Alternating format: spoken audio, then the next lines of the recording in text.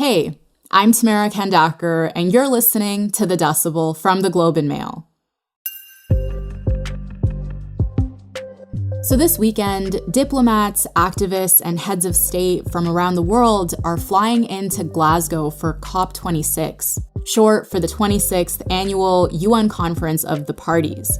The summit will bring together leaders from over 190 countries to discuss and debate their progress in the global fight against climate change and to come up with new plans to reach the target of net zero emissions by 2050.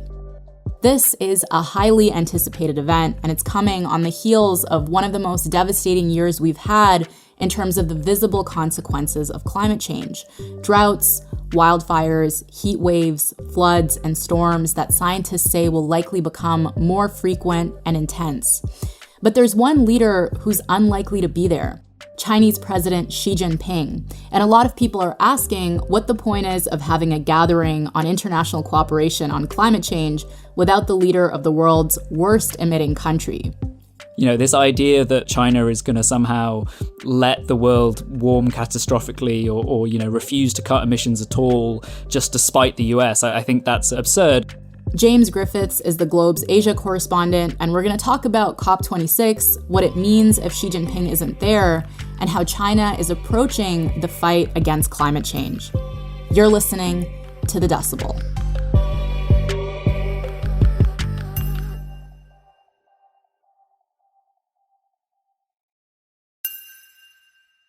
Hey, James, thanks so much for doing this.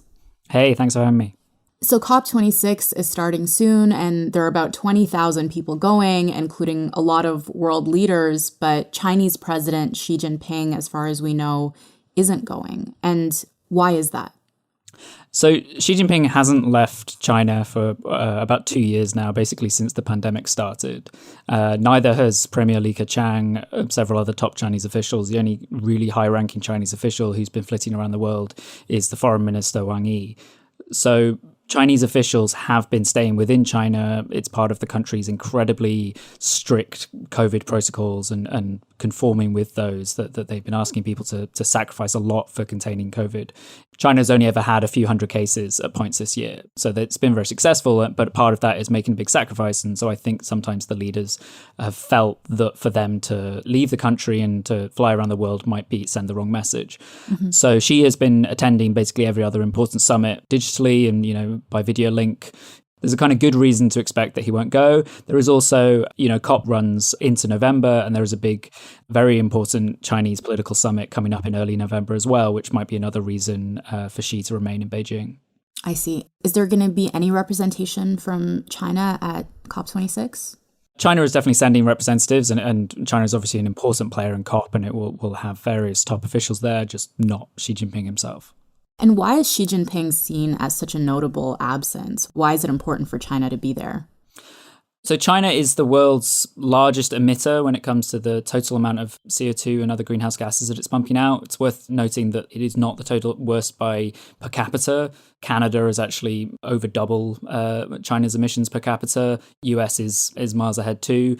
But in terms of actual total emissions, just because of the sheer size of China, size of the economy, the amount of power stations and things like that in China, it is, the world's largest. And so if we're going to get serious on cutting the amount of global emissions, China has to be involved in that conversation and ideally has to be making, a major commitment and major sacrifices as part of that. When we say China is the biggest or one of the biggest emitters, what do we mean by that? So in terms of total global emissions, the latest figures, China was responsible for about 28% of those. And the next largest emitter was the US, which is responsible for about 15%. And the next largest after that is India with 7%. So you can see that China is, obviously a huge part of global emissions. One thing the Chinese will point out, though maybe less so now than they used to, is that historically the amount of emissions they've released is far, far lower. The CO2, the greenhouse gases that are really heating the Earth and been heating the Earth over the last 20 years or so, most of them were pumped out during the Industrial Revolution. They were pumped out by the US, by other major nations, while China was very much still a developing country. But today, China is the worst offender. And, if we're going to rein things in, China needs to cut down. I mean, the other thing that's probably worth highlighting is that, like, Xi Jinping is planning not to show up to COP26 as far as we know, but there are other countries that we should also mention, right, that have been kind of trying to undermine the summit before it even starts. Yeah, so the BBC reported recently, based on leaked documents ahead of COP, that a coalition of countries, including Saudi Arabia, Japan, and Australia, were lobbying the UN to play down the need to move away from fossil fuels. We saw Australia, which despite being a tiny country is a major emitter. They released a plan this week that basically included no realistic model for how to reach their targets, was basically completely dependent on some imaginary technology to somehow cut down on their carbon emissions at some point in the future. So, you know, there is a lot of attention paid to China with very good reason because of the size of emissions that it puts out. But you know, arguably China does take this a lot more seriously and is making more serious commitments than many other countries. And China did release a new action plan on climate this week. And can you tell me a bit about that? What are the goals they've set out and what does the plan entail? So the plan largely reiterates goals that they'd put out previously, which were to reach peak carbon emissions by 2030 and full carbon neutrality by 2060. It gave a bit of a kind of framework for how this might be achieved. So, you know, by 2025, they will reduce this much, by 2030 this much, et cetera, and also it set some priorities for various industries. It set a kind of top level framework within the Chinese system that this is very important, you know, making sure that companies are aware of this and really signaling that they're going to stick to these goals that they said previously. And so if you kind of take the plan on its own, it is very positive, and it was received very positively by a lot of climate analysts and scientists. What is slightly concerning, and I think where people were slightly disappointed, is that it stuck to these goals that were previously announced and it didn't bring them up. Mm-hmm. So, you know, ideally for real catastrophic warming to be avoided, China needs to bring its goals up by at least kind of 5-10 years. So, you know, it needs to peak by 2025 rather than 2030, or if not even earlier. I wasn't actually sure what peak carbon emissions means. What is that exactly?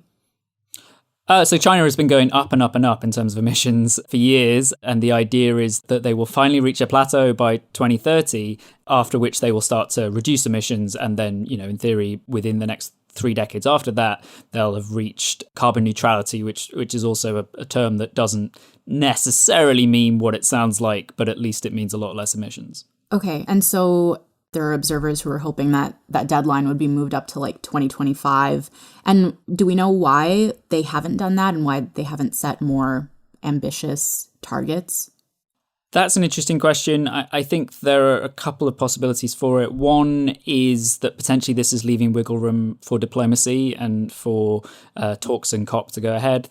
There are also concerns within China, I think, about trying to decarbonize too quickly. So you know, 2025 is you know, just over 3 years away at this point. And so, you know, the country is still incredibly dependent on coal in particular. And so to try and shift away from that very, very quickly, there might be concerns that this will have a real kind of dampening effect on various industries and potentially on, you know, domestic power supply.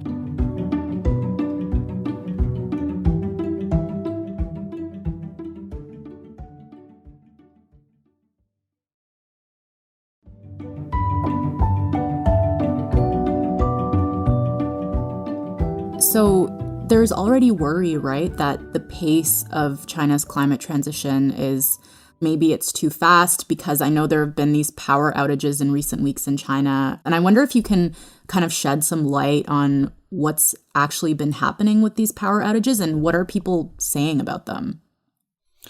Yeah, so there's been a lot of confusing messaging around that, mainly because at one point there were some power shortages around September that were to do with some emissions reduction efforts that, you know, basically some regional governments had you know, instituted kind of slightly too strict targets and hadn't maybe taken into account how needs might change as winter approached. And also there's been a lot higher demand than was expected for Chinese manufacturing this year, which has also driven some of this power shortage. That has not been the cause of the most recent and the much more severe power outages that China's seen in the last month or so. That's much more to do with kind of a global supply issue, the coal prices and also some other kind of intricacies of how electricity pricing is done in China. But that kind of confusion and that kind of overlap between these two problems has led or has created space for people to kind of try and blame this on, climate targets and on trying to cut emissions.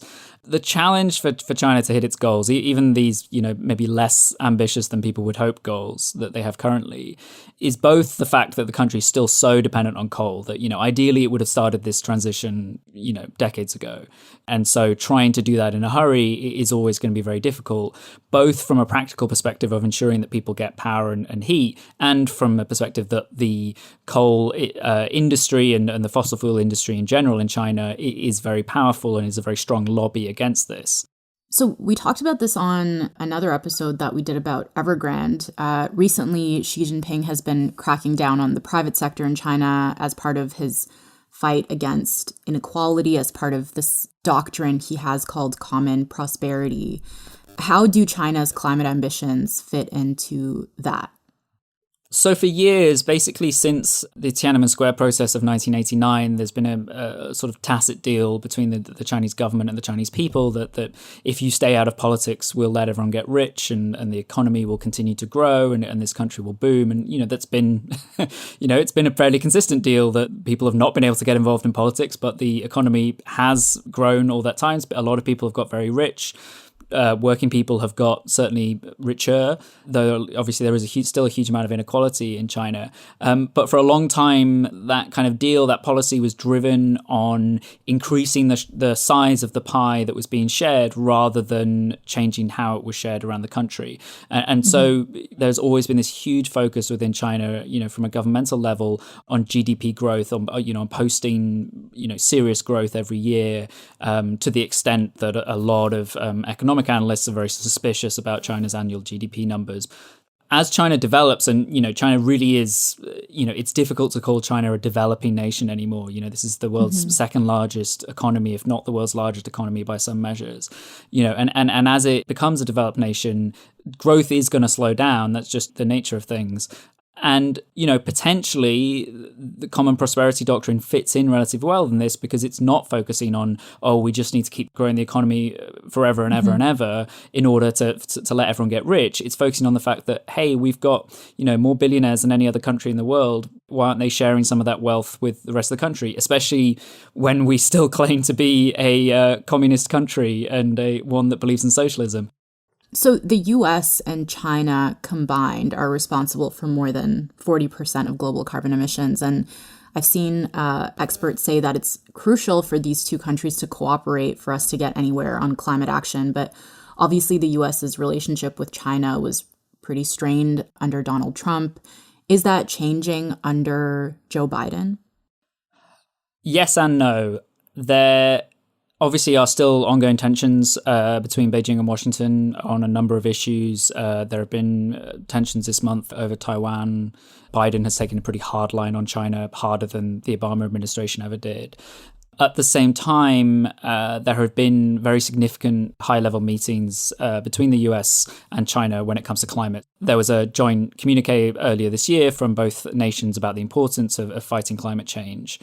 And there is some tension, it seems, within the US administration on how to deal with China on climate, whether there is a need to softball some other issues or, not confront Beijing so much while we focus on fighting climate. But I've spoken to analysts and experts, in China and elsewhere who also think that this is somewhat overstating it, that, the people that kind of say, the US is making sacrifices or we mustn't make sacrifices for climate to gain China's support on climate, aren't necessarily paying attention to the progress that's already been made under Biden and by John Kerry. And I think it also risks ignoring the fact that, China doesn't want a climate disaster. This idea that China is going to somehow let the world warm catastrophically or refuse to cut emissions at all just to spite the US. I think that's absurd. And that's, I think we need to take into the fact that China is also coming at these conversations from a point of view that they want to cut global emissions and fight the climate catastrophe just as much as the US is, and, potentially sometimes more than the US is, because after all, out of these two administrations, only one of them quit the Paris Agreement in the last few years, and it wasn't Beijing. Right. So China does seem to recognize the dangers of climate change. It obviously takes it very seriously, but there's a lot of attention being paid to the fact that Xi is not going to show up at COP26. Is it fair to read that as a sign that they don't care about international cooperation when it comes to climate change? Yeah, I don't think it's fair. Public perception, I think, has been damaged potentially by this. And also, I think it's given certain politicians who are very critical of China an easy scapegoat to try and kind of blame China for any failure of COP before it happens. Though, as we were talking about earlier, there are a lot of other players who probably will bear a lot of blame for if this conference isn't a success. Having said that, China's involvement in COP is very important, and international diplomacy on climate is very important, and we've already seen it to be very important. The Paris Agreement was a vital thing to get sorted. The fact that the US pulled out of it during the Trump administration was very detrimental to global efforts towards cutting emissions. And most analysts I spoke to are still, tentatively optimistic about COP, that there could be, once the people get in the room, once the countries can present their various slates to the conference and what they're willing to agree and what kind of cuts they're willing to make, that something could still come out of this. I think that maybe focusing on Xi Jinping's presence or lack thereof is something of a distraction. James, thank you so much for this conversation. Really appreciate it. Thank you. All right, that's it for today. And before I let you go, today is my last day hosting the Decibel. I'm moving on, but I'm leaving the mic in very capable hands. My colleague Adrian Lee is going to take over for the next while, starting Monday. It has been a truly wild and wonderful ride helping to launch the show, and I want to thank the team that works tirelessly every day to make it happen.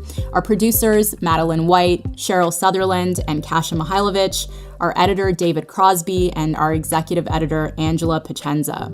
Thank you so much to James Griffiths. You can find him on Twitter @JGriffiths. And thank you so much for listening. I have loved watching the community around the show grow and hearing from listeners every day. I hope you'll keep listening and supporting this podcast because it's going to keep being great. If you want to reach me, I'm on Twitter @Anima_TK. If you want to reach The Decibel, you can email thedecibel@globeandmail.com. If you haven't already, hit that follow button wherever you're listening so you never miss an episode. Have a great weekend, and the show will be back on Monday.